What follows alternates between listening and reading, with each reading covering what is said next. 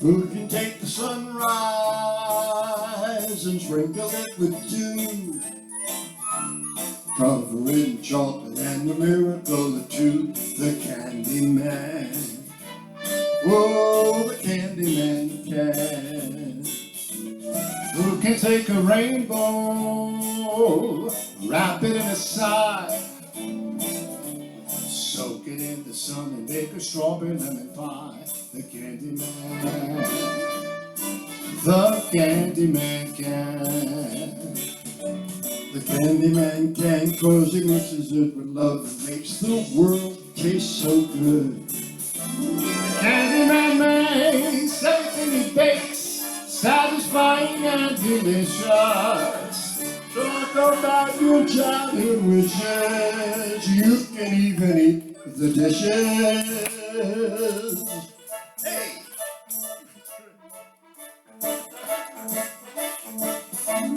Who can take tomorrow, dip it in a dream,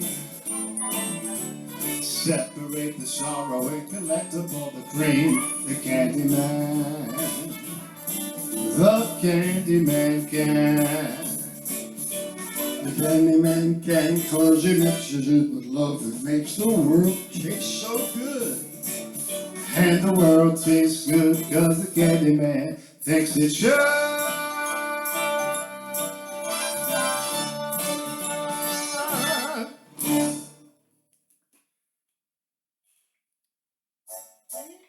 Thank you very much, boys and girls. I hope you enjoyed that version of a song called The Candyman, famous by Sammy Davis Jr. and a lot of other great entertainers.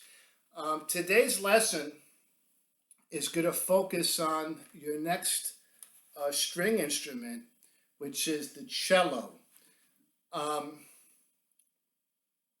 Now, with the help of my assistant here, we're going to show you the screen. If I could get it clear, we go. There's a clear shot.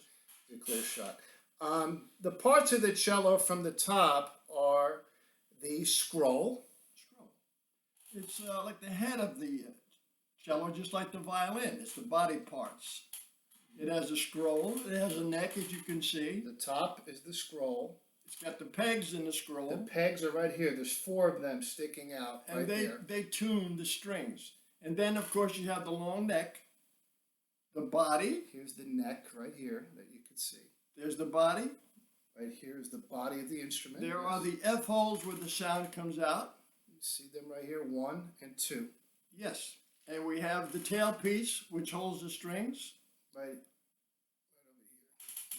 Exactly. And like the violin and many of these string instruments, it has a fine tuner. This one has one fine tuner for the first string. And how is the cello tuned? Like I know my bass is G D A E. How is the cello tuned? It's tuned lower than the viola and higher than the bass. Oh wow, okay. Yeah. And looking at the strings, there's 4 of them, and the lowest is the C string, Correct. yes, Right. and the highest would be the A string. The A string, correct. Okay, so it's tuned C, G, D, and A. People often compare the cello to the human voice, which is why it's very appealing to our ears.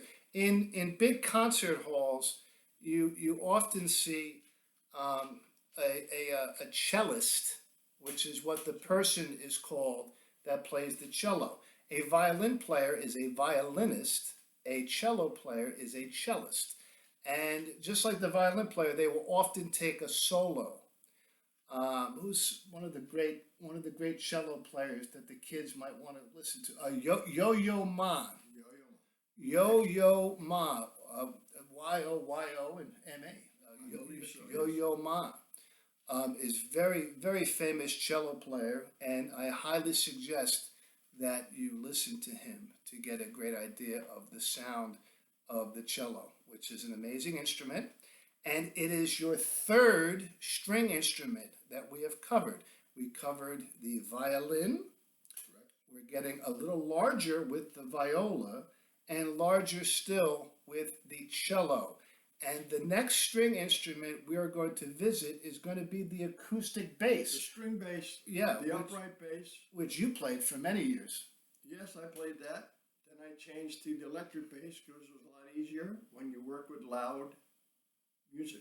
Right, and like when I worked with rock and roll bands, it was the amplification. You need the volume Right. of using an electric instrument. All the violin and all these instruments are acoustic instruments. Means they're not plugged into an amplifier. That's right. We're trying to be as pure as we can with the instruments. These are classical instruments that we're introducing to you. Once again, I want to thank you for your time, guys. I wish you happy time with your families. God bless you, and we'll see you very soon with the acoustic bass next. Stay well. Thanks again, Pop. You're welcome.